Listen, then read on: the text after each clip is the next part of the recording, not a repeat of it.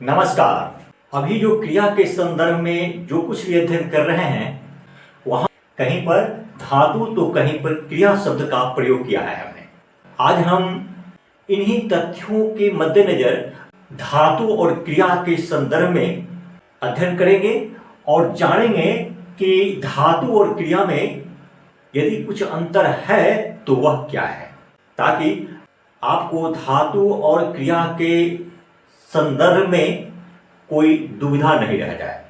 मैं आपको यह बतला देना चाहूँगा कि क्रिया को संस्कृत में धातु कहते हैं और हिंदी में क्रिया के मूल रूप को धातु कहते हैं।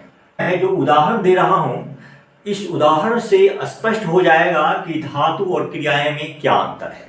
यहाँ देखिए मैंने लिखा है धातु और ये है क्रियाएं।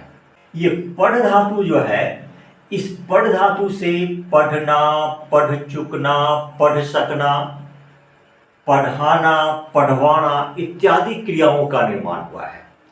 आप ध्यान देंगे तो मालूम होगा कि जितनी भी क्रियाएं हैं उन सभी क्रियाओं में पढ़ तो है, उसके साथ कोई प्रत्यय या क्रियाएं हैं। मैं आपका ध्यान आकृष्ट यहां भी करना चाहूंगा कि इस पढ़ धातु अर्थात ये जितनी भी क्रियाएं हैं उस क्रिया के मूल रूप में कहीं पर ना प्रत्यय का योग किया गया है और कहीं पे चुकना और सकना वगैरह सहायक क्रिया का योग किया जाता है। हमने पिछली चर्चा में धातु के दो भेद पढ़े हैं, मूल धातु और यौगिक धातु। मूल धातु में सिर्फ एक ही मूल धातु होती है और यौगिक धातु में दो या दो से अधिक धातुओं का योग होता है। इस पढ़ना को मूल धातु कहते हैं और इस पढ़ चुकना, पढ़ सकना वगैरह ये यौगिक धातु के उदाहरण हैं। यही यौगिक धातु को संयुक्त क्रिया कहते हैं।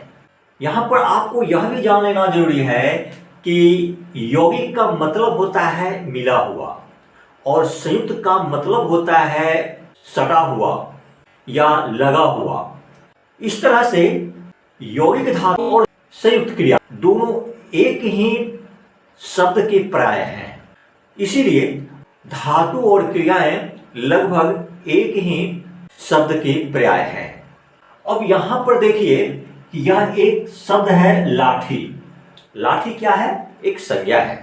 इस लाठी में भी किसी प्रत्यय के योग करने से तब लठियाना, लठिया देना, लठिया चुकना, लठियावाना वगैरह क्रियाओं का निर्माण हुआ है। यहाँ पर लाठी एक संज्ञा है।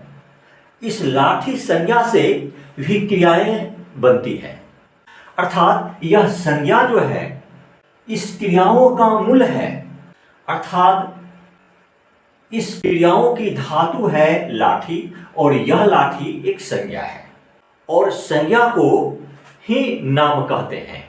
इसीलिए जब संज्ञा से कोई क्रिया बनती है तो उस क्रिया को नाम धातु क्रिया कहते हैं।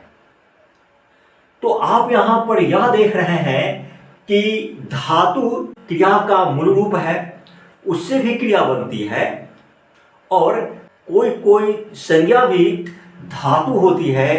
अभी तक हमने धातु और क्रिया के संबंध में जो कुछ भी अध्ययन किया उसका सार रूप इतना ही है कि सभी क्रियाओं का कोई न कोई मूल होता है जिसे धातु कहते हैं। दूसरे शब्द में हम यह भी कह सकते हैं कि क्रिया के मूल रूप को धातु कहते हैं और उसी मूल रूप में विभिन्न प्रकार के प्रत्ययों या क्रियाओं के योग से क्रियाएं बनती है। धन्यवाद।